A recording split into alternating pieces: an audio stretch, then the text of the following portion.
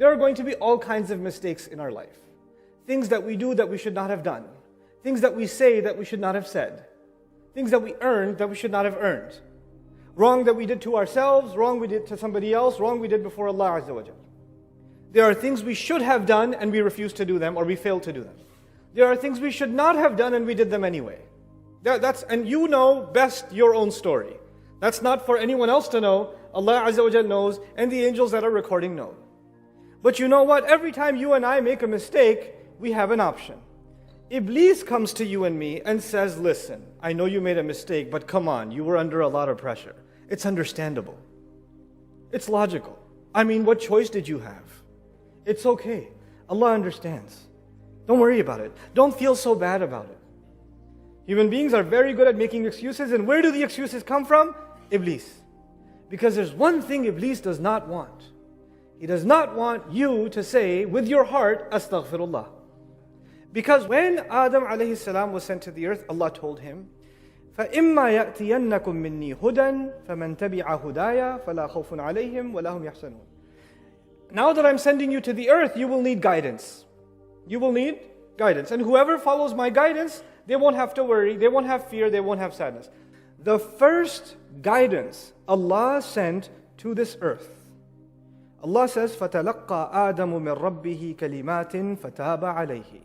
Allah gave Adam alayhi salam words by means of which he turned back to Allah asking for his forgiveness. Asking for Allah's forgiveness was the first guidance given to humanity. That was guidance number one. Before any other teaching, before anything Allah taught us about halal and haram, before anything Allah taught us about remembering Allah in different ways, before anything Allah taught us about the gratitude of Allah and the perfection of Allah, the first thing Allah taught humanity was seek Allah's forgiveness. And you know what? That's how the story of humanity started, by seeking Allah's forgiveness. Where does the story of humanity end? On Judgment Day, isn't it? And on Judgment Day, believers are trying to make their way towards Jannah. And they haven't made it to Jannah yet.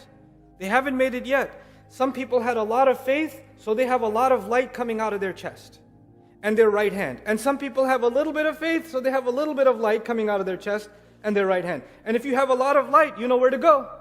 If you have a little bit of light, you can only take one step at a time. And people are inching towards Jannah, trying to make it to Jannah. And what do they say? This is the last dua human beings will ever make. Master, please complete our light. Let this light, this battery not run out until we make it to the gates of Jannah. And forgive us. Forgive us. The first guidance, the first dua was what? Forgiveness. And the last dua for all humanity is what? Forgive us. The guidance of Allah begins and ends with seeking forgiveness. And seeking, this astaghfirullah is not something small. It's not a small reason that Rasulullah sallallahu alaihi wasallam asked istighfar of Allah 100 times. Why is Rasulullah sallallahu alaihi wasallam asking for Allah's forgiveness? We know that prophets are free of sin. And on top of that, Allah describes him, as I told you before, as a brilliant sun, flawless. Allah Azza wa Jal will give us the reasons for which istighfar isn't just about doing a sin. Istighfar is about not doing enough. Istighfar is also about not doing enough.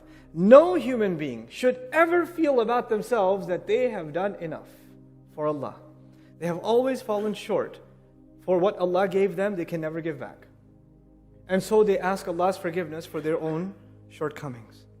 You know, Ibrahim alayhi salam built the Kaaba. After all those tests, and when he was building the Kaaba, he said, وَتُبْ عَلَيْنَا, please accept our tawbah. Please forgive us. Why is he asking for forgiveness? Because as I'm putting one brick of the Kaaba on top of the other, I pray that this is good enough. I pray my salah is good enough. I pray my dua is good enough. Because my dua may not be perfect. My salah may not be perfect. My qira'ah of Quran may not be perfect. Even when we do good deeds, those good deeds, are they perfect? No.